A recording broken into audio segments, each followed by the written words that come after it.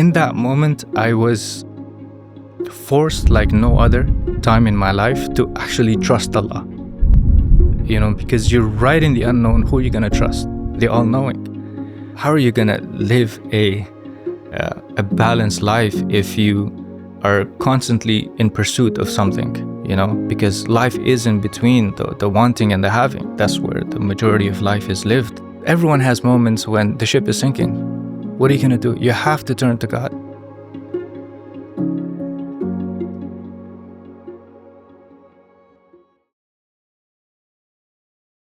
Assalamu alaikum, everyone. Welcome to the Isna Canada podcast. Today, we have a very special guest, Suhaib Rumi, who is a poet and a writer.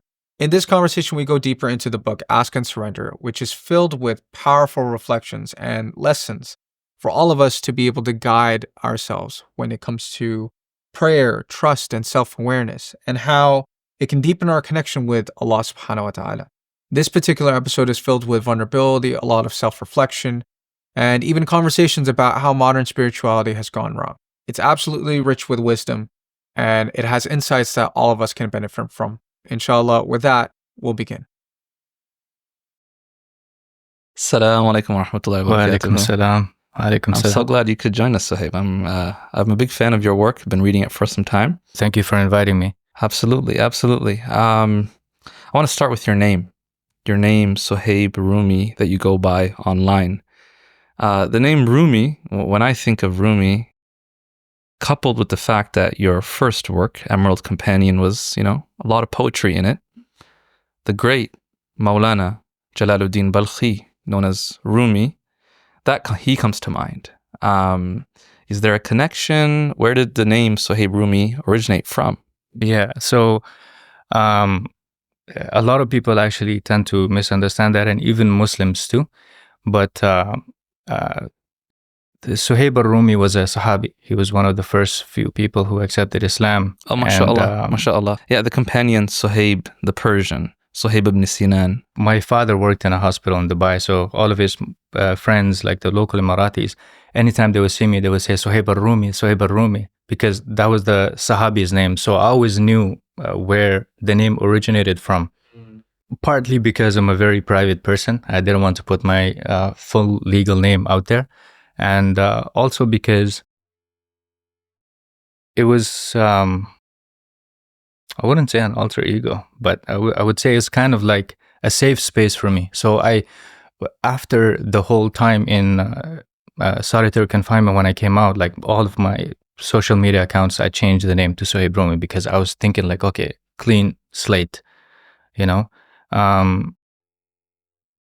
and I just went on with it. So poetry came much later on, and it just so happens that, Suhaib Rumi comes way before Jalaluddin Rumi, So, but I feel very ashamed when people try to make that connection, because Jalaluddin Rumi was a great scholar of Islam too. So, there's no comparison there. Absolutely. Understandable. You just mentioned solitary confinement. So if we can go back, in the book, Ask and Surrender, you do speak about that incident, that time in your life, and how transformative it was. Can you, share some details about, that? Before that, my life was... just a normal teenager life, you're a rebellious. Was it normal? Well, you said you were very rebellious. I was, but it's normal for our right. people. Absolutely. And so I was helping someone build a fence. So I was working odd jobs in construction, and I'm walking home in overalls, and I see like the entire street. We lived close by Nugget Mosque, and the entire street is swarmed with police. And so because I thought that they were focusing on our house, so I just started running towards home thinking something happened there. And they stopped me and put charges on me that didn't really make sense at all. It all felt like a major shock, It was like a bad dream. But having the bad habits that I had, and everything that was pretty much normal for me, having all of that taken away, and you're thrown into solitary confinement, with the 24-hour lockdown. So the first while was suicide watch, where you don't even get a toothbrush, you don't get nothing. You just wear a gown, and there's no mattress even. It's a concrete slab. You just sleep on that. And the guards actually, for whatever reason, they had a mask on that you can't see their face, like a shield, face shield, but you can't see their face. So you're thrown into a different world, like a caged animal. All of a sudden, you're roaming free in the wild, and then all of a sudden, you're in this tiny little box. You can't speak to another human being, and you're concerned about your family, about your parents, what they must be going through. So that really breaks you. It's like it's really just thrust upon you in a time when you're not expecting it at all. And how long is it gonna last for? Well, that too you don't know. Because like the conversation I had with my lawyer at the time was like, will I make it back in time for my exams? So like, you don't know what's going on. Like, you'll be lucky if you get out. And so you're literally in the unknown. You don't know if you're going to ever escape. You don't know if it's going to be a month, a year. Even if you're told it's a year, it will be easier. You'll be like, okay, that question mark is no longer there, So in that moment, I was forced like no other time in my life to actually trust Allah, because you're right in the unknown. Who are you going to trust? The all-knowing. And so that is what really, changed a lot for me. Even though when you come out, this is the human nature, like when the ship is sinking, we turn to Allah, but when we're safe on the shore, we forget again. So even though I made many mistakes afterwards, but that's the time that, I can constantly turn back to and remember. And it has helped me a great deal. Alhamdulillah, So it was a great blessing, actually. Even though at the time you would never think that one day you would say that, So, alhamdulillah. Yeah, this is a very interesting pattern I see in the book, mashallah, is there's many incidents that you describe in your life that otherwise people would see as quite mundane, quite normal. And yet, mashallah, you're able to take a perspective that's very rooted in a worldview that constantly keeps Allah subhanahu wa ta'ala in the picture. Because very often in our daily lives, we zoom in and we only focus on what's happening directly in front of us, and we don't kind of step back and see the bigger picture. And you have multiple incidents like this in your life that you mention in the book. To what would you attribute that type of perspective? Were you always someone who was thoughtful, who kind of reflected on these things in life, or did that incident maybe, ignite within you that kind of perspective? I think that Allah speaks to us in ways that only we can understand, so nobody else knew my true concern at the time. Like, for example, in the book, I talk about the time when I was really concerned. Do you mind if I go into that story about the birds? Go for it. Bismillah. So it was my first year of construction. And my father, I'm a high school dropout. So I got into uni after through a bridging program, but it just wasn't really working out for me. So, but my father was all about, you need to finish your school, finish your high. This is not what we came here for, we didn't come here to do donkey's work, because that's what he would look at my construction work, right? But for me, this was something very, very important that I take the initiative, because I felt that I had wasted a lot of years after the whole incident happened. Even though the charges were dropped, my high school rejected me. They said because of the name, because of the stigma and everything, for the safety of our students, they wouldn't let me in. So I was only allowed to go to adult school. So I had to go through all of these things. I did some ILC homeschooling, and in the end, I felt like a lot of time had been wasted, and I'm like, my parents are getting old, and I want to be able to provide for them, inshallah, take care of them. So it's my first year of construction. My father's like, why would you want to start something like that? Like, it's donkey's work. It's not going to make you that much money. Just finish your school, and then you'll have a better job, and don't worry about the money for that. But I said, okay, look, just let me do it for 1 year. If it doesn't work out, I promise I will listen to you. But in this year, I can't have the arguments because, that's very discouraging for me. So I just need your support for this 1 year. Now, everybody who started a business knows the first year, you can't expect profit. So we do everything we can to advertise our business, drop flyers and everything. We finally land a couple of jobs. And in this time, my dad sees that, we have all of these tools and everything. And so he's like, hey, I want to build something in the backyard. Want to build a deck in the backyard. So I say, okay, we'll do an interlocking patio, but not right now. So the whole time I'm concerned because all the tools and the truck and everything we had, it was from money that I had borrowed from my dad. And I haven't yet made that money back. And so I'm thinking if I work at my own house, that means because summer's 3 months, that's it. Because this is all outdoor construction only. So that means that in this time, I won't be making money. On top of that, I can't let my father pay for it. I have to pay for it. So this is going to put me at a loss, And so it's not that I was so attached to money. It's that I really wanted to prove to my father that this would be a success. And I don't want him to think later on. And so I was very, very concerned. And the entire time I already have so much pressure because it's the first year to begin with. We start the work. To lay interlocking, you have to dig the soil first. And as soon as we dig out the soil, we begin to unearth worms, and you have birds coming from every direction, picking out their food. And so for me, I'm just standing there shocked. Like my brother was helping me, my business partner at the time was helping me too. And they're just working. But like for me, I'm shocked at this because I'm like, subhanAllah, Allah used us as a means of providing for these birds.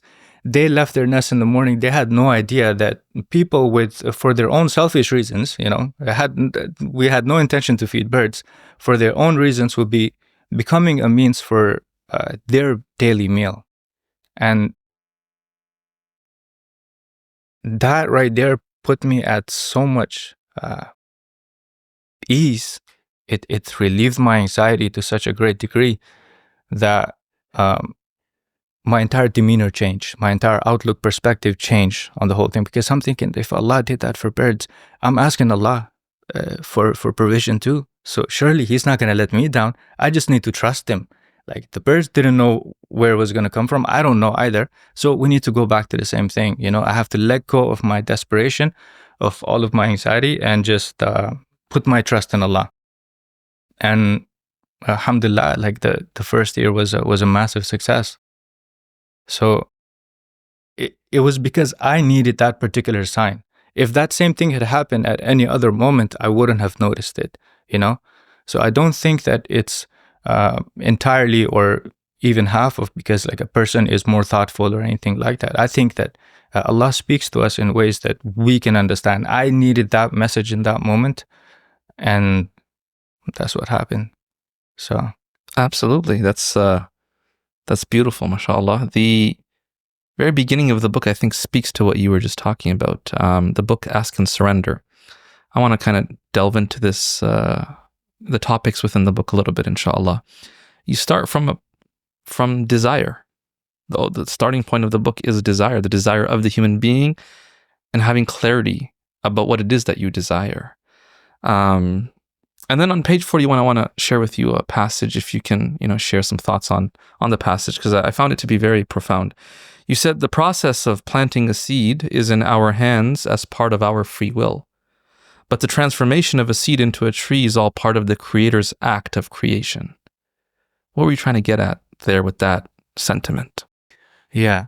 Well, this was an initial response to when people say things like, I manifested it, I visualized this, and I was true to my vision and so forth, and I did all of the work, like I aligned all of my desires with it, and I manifested it. And this to me is a very dangerous way to look at it, because the only Al-Khaliq is Allah.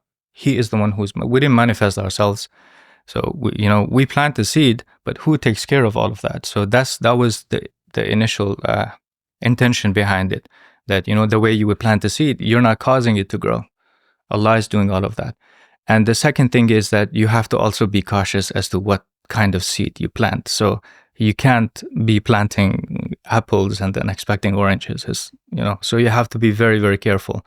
And that's where clarity comes in. Like, be absolutely clear about what you want, and which you will know if you ask yourself why you want the thing that you're asking for. What is the reason behind it? And once you have that clarity, then you can plant it with faith and let it go. So that was the main reason behind that. Okay. Now, interestingly, before you turn to the topic of surrender, you said, planting the seed and then having faith and letting it go, you just mentioned.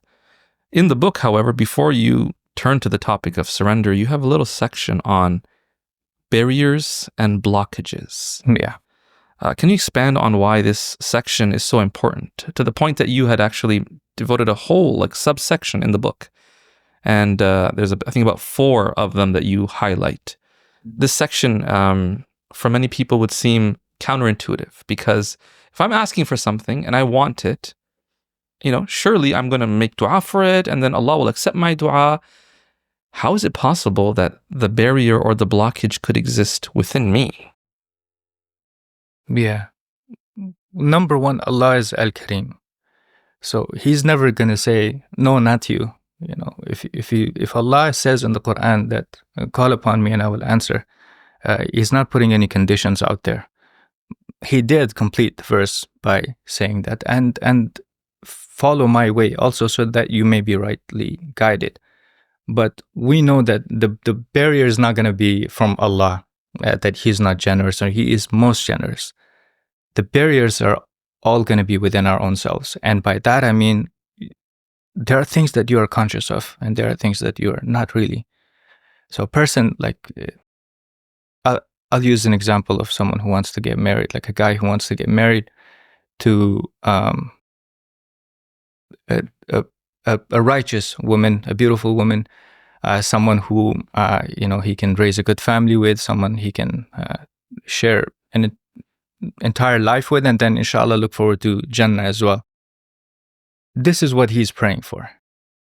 But at the same time, he is looking at other women on social media and, maybe movies and TV shows and whatnot, and not without desire. He is desiring them to some extent. He may not, because he's not lowering his gaze, maybe it's not intentional at all, but he is doing that.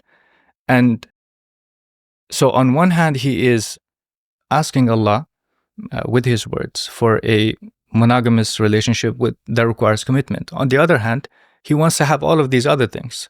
That means no commitment. So where is he going? That's in total contradiction to what he's asking for. So this is my first time in ISNA.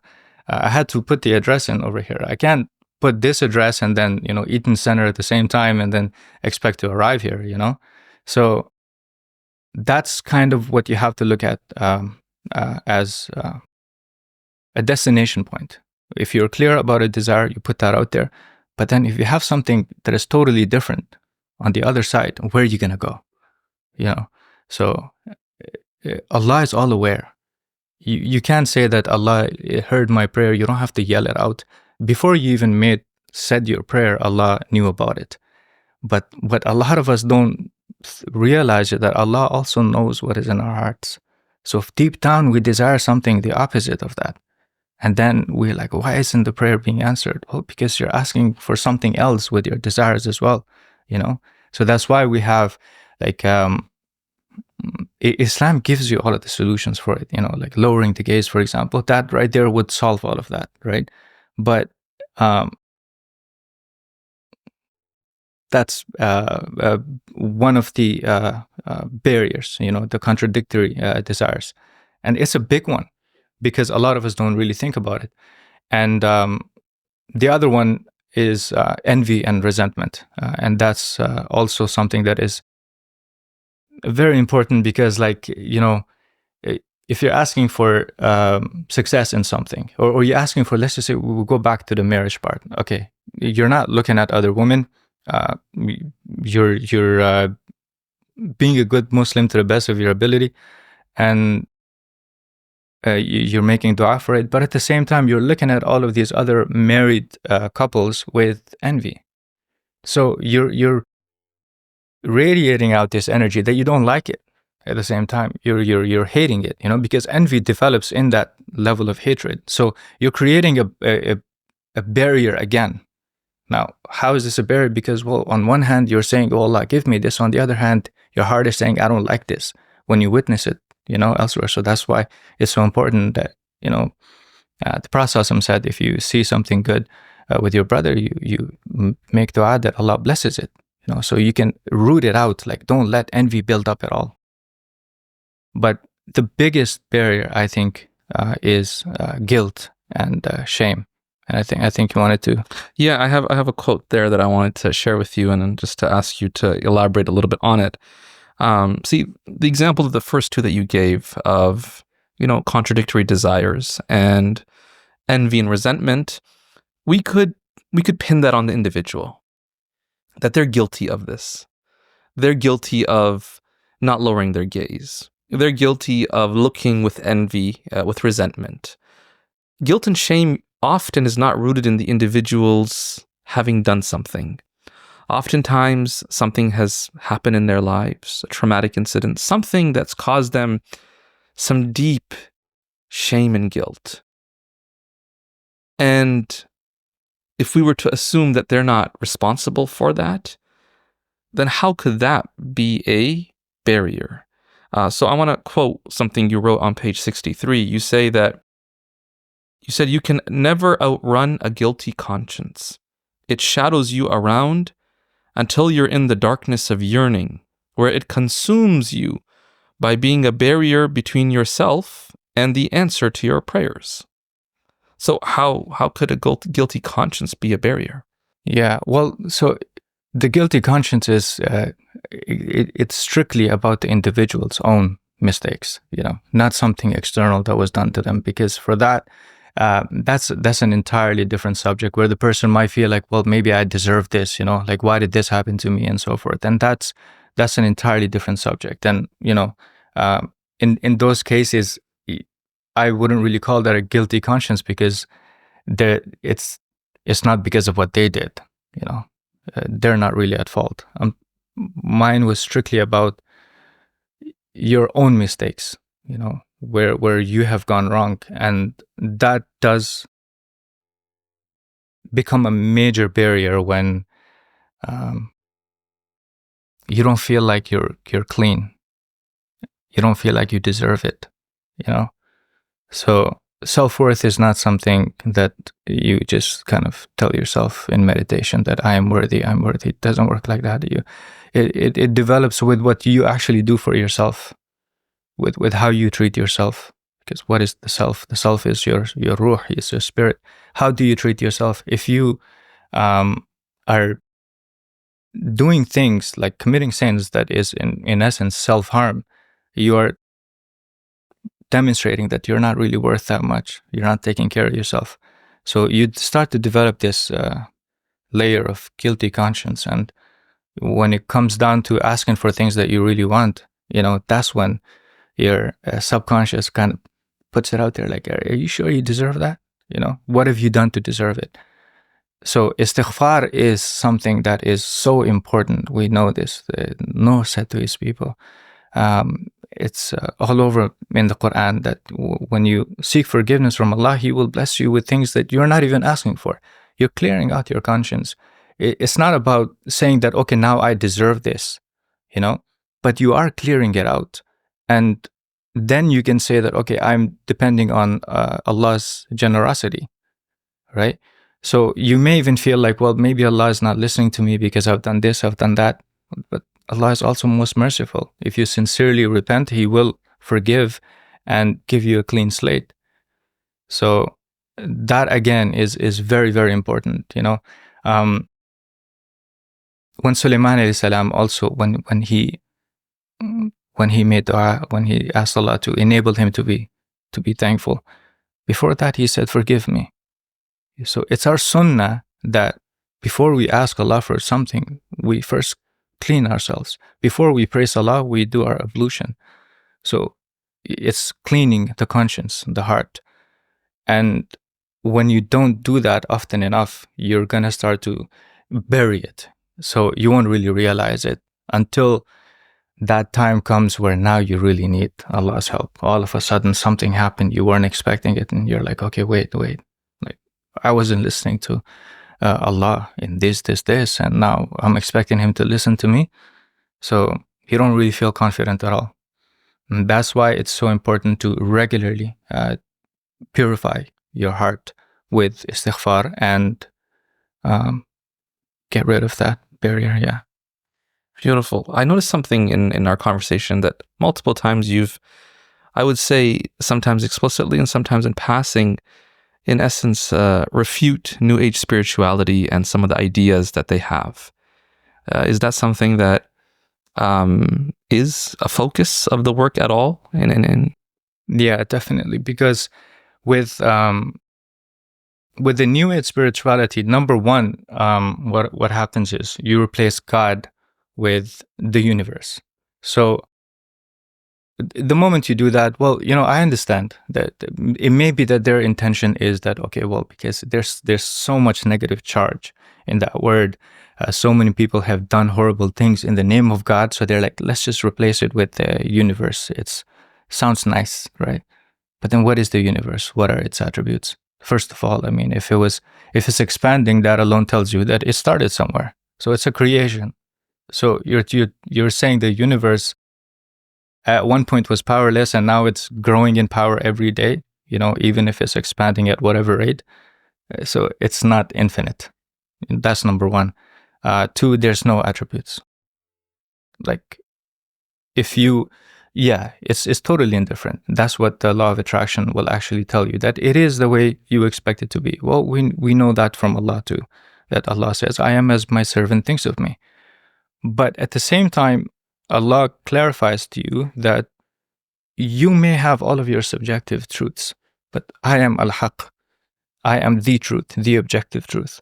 So he revealed to us from some of his names, 99 names, and his attributes, basically, for us to align our truth of God as much as we can with the objective truth of who he really is.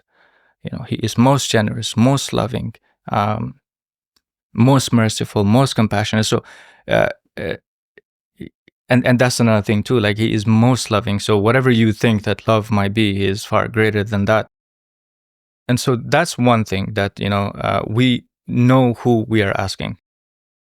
Two, if you actually have just the universe there, what does the universe want from you? That's gonna be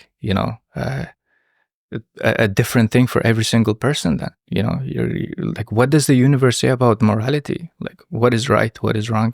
How do you determine that? Well, you say we all know, but that's not true, because what I might think is righteous, someone else might think is wrong, right next to me. So we know that's not true. So we can't really fall into the subjective morality. We have to go to the objective morality, and that can only be something divine. It can't be something that changes with the times, right? So that's another thing. And the third is what happens after we die. So with the universe, you can't build any faith. You have to know who is the one that you are surrendering to. You have to know something about him, and what does he want from you. And I think that is something that is so foundational to faith, that if the moment you take that out and replace it with the universe, you're just going somewhere else. Now, a person says, well, yeah, but I still visualize this and that, and it happened. But Allah is Al-Kareem. He is most generous. He knows what you're visualizing. He knows what you want. He is giving you that. But he is also giving you a way so that you can not only have the best of this world, but also, inshallah, of the next. So this is very, very important to me, because a lot of times Muslims fall into this trap when they will see read a book maybe on law of attraction, or they watch a few videos and they go, okay, let me try that out. I've been making dua and it's not really working. A friend of mine told me that, well, just God loves to hear your voice, and so I should continue. But I really want my prayer to be answered, so maybe I should just take this route. And they tried that, and it might work out for them. But why? Because they're not really aware of all of these other aspects of dua. They're not aware of the fact that maybe what they're actually praying for with words, they're visualizing something completely different, and Allah is aware of what they visualize. So there's all of these inner contradictions that they're not aware of. So that's the main intention of this book, to become more self-aware as to, number one, what you're asking for, why you're asking for that, so you can be confident that, okay, this is what you really want. And two, understand all the different ways through which you ask Allah. It's not just with your dua. It's with your imagination. It's with your desire. And when you're aware of all of that, then you align them together. Don't ask for one thing and then desire something completely different on the other side. And that's essentially the message, the main message of this book. Yeah. In the title of the book, there is the word surrender. And you have a whole section, the second half of the book is on this topic. So I want to share 2 quotes with you from the book on the topic, and just if you can elaborate a little bit on, what those quotes are conveying. So in one of the quotes, you quote the verse from the Quran that Allah Ta'ala will provide for them from an unexpected source. Whoever puts their trust in God, he shall suffice him. And then you write shortly thereafter, let go of trying to control the process through which God answers your prayer. Now, we struggle quite a bit with surrendering our affairs to God, and you write a few pages later that the trust that is required in surrendering matters to God can only come about by getting to know God. Why is this the case? Yeah. Well, for one, when you actually focus on that verse about the answer is going to happen from an unexpected source, that means wherever you're looking, it's not going to be there. So you can let that go. It's not going to happen through that door. It's going to be through somewhere else, wherever, unexpected. Don't even think about it, because if you even think about it, say, well, maybe through there, maybe through there. Like the how is something that can drive you mad, and you will be anxiously attached to the thing, and you're gonna lose out on life until it happens. Maybe it will happen right now, maybe later on. It's not like Prime or Temu that is gonna come in 2 days or 2 weeks or something. Like it's in the perfect time. It's gonna happen at the perfect time. And however long it may be, life is happening in that moment. So how are you gonna live a balanced life if you are constantly in pursuit of something? Because life is in between the wanting and the having. That's where the majority of life is lived. So for one, it's not gonna happen through where you expect it. So you have to let it go. But then how do you let it go? You can only do that if you know who you're letting it go to. And the only way you're going to know that is by studying the attributes of God, and reflecting on them. And the more you do that, the closer your relationship with Allah becomes, the easier it will be to surrender and to be at peace. If someone is neglectful of God throughout their normal hours, and then all of a sudden something happens, it's very difficult in that moment. But if someone who's consciously, like he's God conscious, he has taqwa, he's conscious of God the whole time. He's conscious of the one who is watching over him, the one who is taking care of him, the one who is watching him also. So, he knows, okay, I can't do this behind closed doors or in public, doesn't matter, right? Allah is watching me. That person will have a much easier time to surrender even the greatest of worries, So that is very, very important. And you can only get that by through Islam, because at the end of the day, you can't have confusion. You can't have confusion about what does the universe what does the universe want from me? What is it like? What are its attributes? Like, you can't have any type of, it's not a foundation to build iman, to build your faith. So to actually develop your faith, you have to look at the Quran, look at the attributes of God, reflect on it, and it will be easier, inshallah, than to surrender. Inshallah. Yeah. When someone reads this book and finishes it, what would be the main takeaway or takeaways that you would want them to walk away with? For one, I want to say, like, I really struggled a lot with writing this book because it took me 3 years, and the reason why was because it's like, who are you to talk to other people like that, to advise them on this? Like, what? Aren't you aware of your own mistakes, of your own weaknesses, of your own sins? And so the only way that I completed the book was, what would you tell yourself? What would you advise yourself? And that's why I know previously also you mentioned, like, you were very vulnerable in this, whereas everywhere else I'm quite private. It's because I was talking to myself, so how would I advise myself?